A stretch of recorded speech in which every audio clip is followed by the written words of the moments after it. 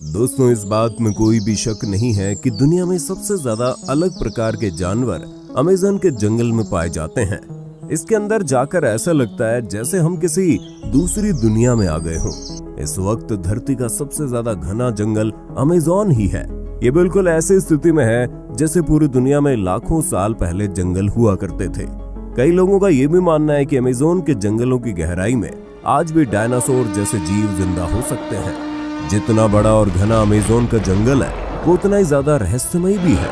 आज तक लोगों को ये नहीं पता कि ये जंगल बना कैसे, क्योंकि ये दुनिया के किसी भी जंगल से बहुत ज्यादा अलग है। लेकिन माना जाता है कि इससे बाहर से आए किसी ने बनाया है। आज हम आपको कुछ बताएंगे इनके बारे में, तो बने रहिए वीडियो के एंड तक। दोस्तों, अमेज़न जंगल का नाम सुन के आपके दिमाग में सबसे पहले सांप आते होंगे, क्योंकि यहाँ पर सांप की सबसे ज्यादा प्रजातियां मिलती है, जैसे कि एनाकोंडा, पाइथन, कोबरा और कई अलग अलग सांप। साथ ही यहाँ के एनाकोंडा बाकी देशों के एनाकोंडा से ज्यादा बड़े होते हैं।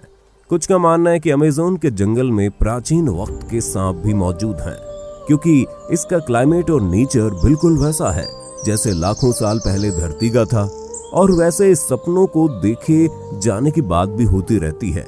इस जंगल में बुलेट एंट और साथ ही और भी कई अनोखे जानवर हैं जो कि बस अमेज़न में ही मिलते हैं। अमेज़न में कई जानवरों पर रिसर्च की गई है, पर फिर भी आज तक अमेज़न के आधे से भी कम हिस्से को ही हम देख पाए हैं।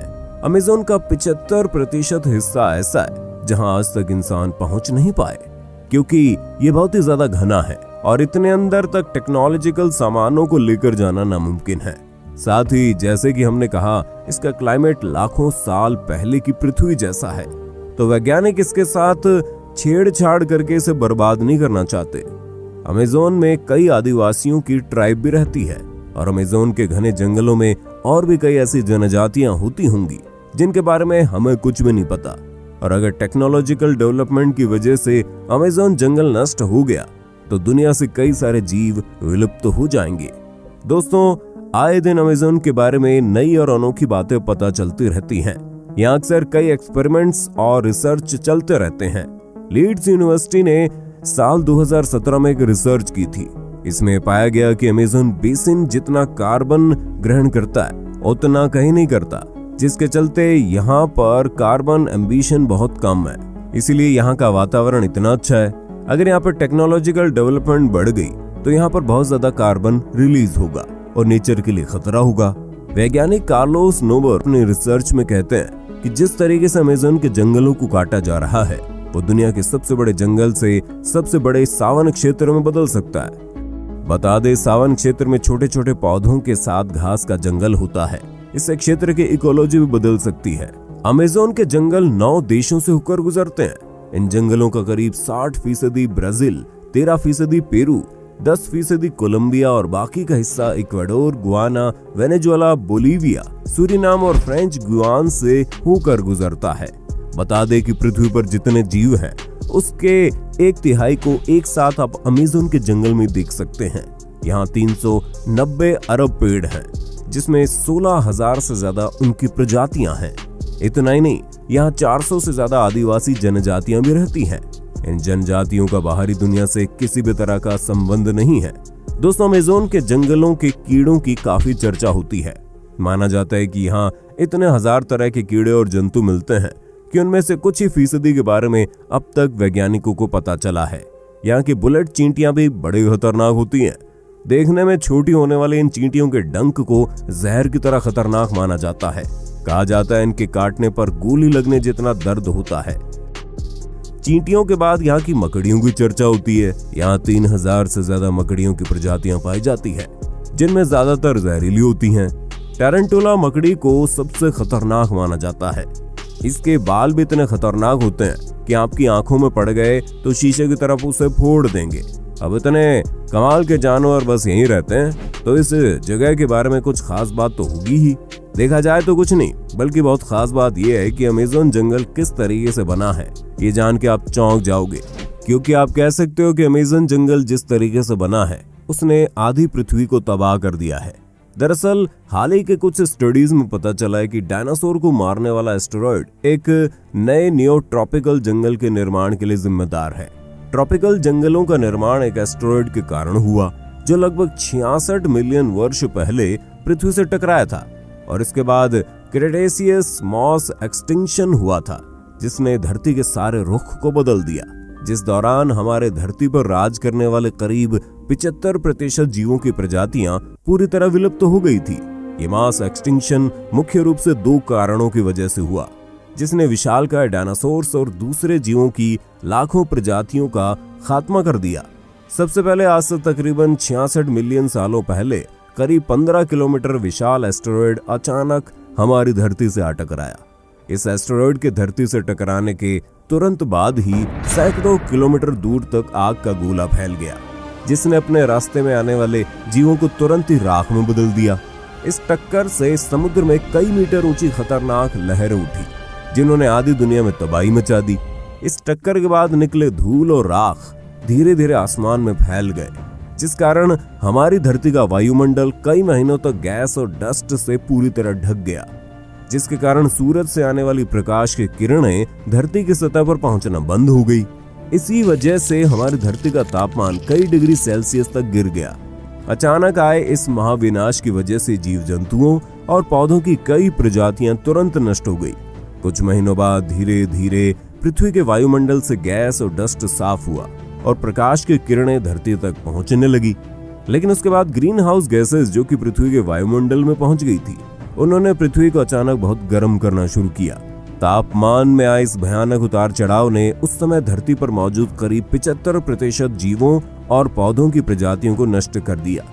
वहीं कुछ वैज्ञानिकों का मानना है कि इस मास एक्सटिंक्शन में रही सही कसर उस समय के डेक्कन ट्रैप्स यानी कि आज के दक्षिण भारत में हुए विशालकाय वोल्केनिक इरप्शन ने पूरी कर दी।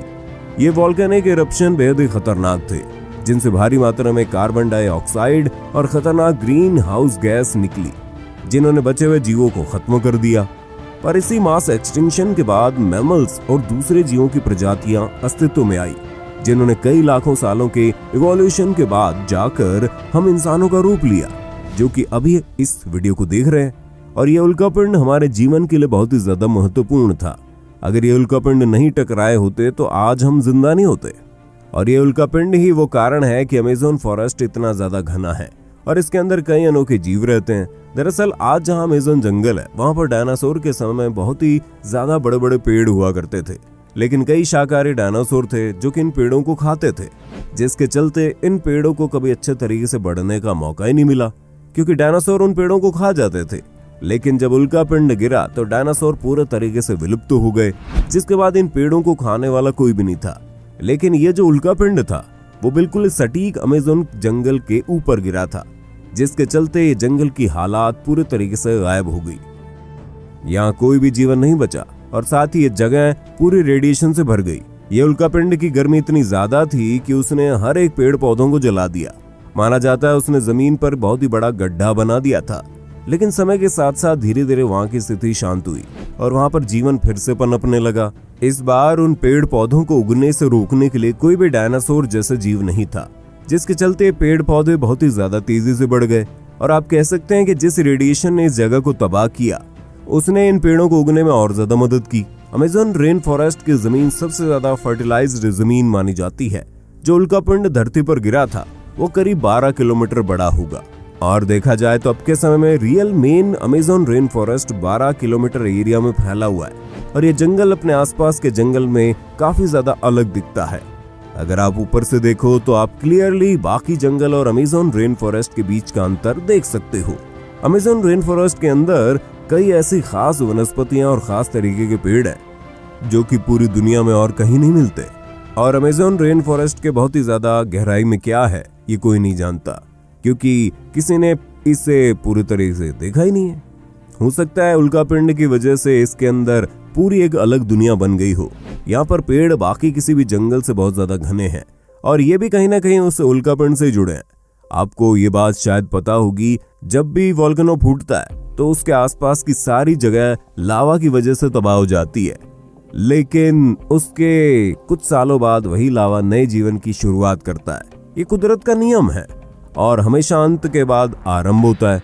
क्रेटेशियस मास एक्सटिंक्शन से पहले भी 4 मास एक्सटिंक्शन हुए थे। ये एक्सटिंक्शन थे Ordovician mass extinction, Devonian mass extinction, Permian mass extinction और टेरेसिक जुरासिक मास एक्सटिंक्शन। और फिर हुआ था क्रिटेशियस मास एक्सटिंक्शन। और इन सब एक्सटिंक्शन की वजह से धरती का एक जीवन पूरे तरीके से नष्ट हो गया और दूसरे जीवन को पनपना पड़ा। बिल्कुल वैसे एक वक्त आएगा जब इस धरती से हम सारे इंसानों का नाश हो जाएगा और फिर कोई दूसरा जीवन आएगा और वो होगा सिक्स्थ मास एक्सटिंक्शन। और देखा जाए तो हम इंसान बहुत ही ज्यादा तेजी से एक्सटिंक्शन की तरफ बढ़ रहे हैं। जैसे कि जिस जंगल की हमने बात की यानी अमेज़न जंगल, इसे बहुत जल्दी से काटा जा रहा है और साथ ही आजकल फॉरेस्ट फायर भी बहुत जल्द हो रही है। नेक्स्ट मास एक्सटिंक्शन कभी भी हो सकता है और ऐसा भी हो सकता है कि ऑलरेडी शुरू हो गया हो। वैसे ही एक बोनस फैक्ट है कि एक ऐसा जीव है जिसने सारे मास एक्सटिंक्शन को सरवाइव किया है। उस जीव का नाम है ट्रेडिग्राडिस। तो बस यही तो आज का वीडियो था। अगर आपको ये इन्फॉर्मेटिव वीडियो पसंद आए तो वीडियो को लाइक कर देना। ऐसे ही अनोखे वीडियोस देखते रहना चाहते हो तो चैनल को सब्सक्राइब भी कर देना।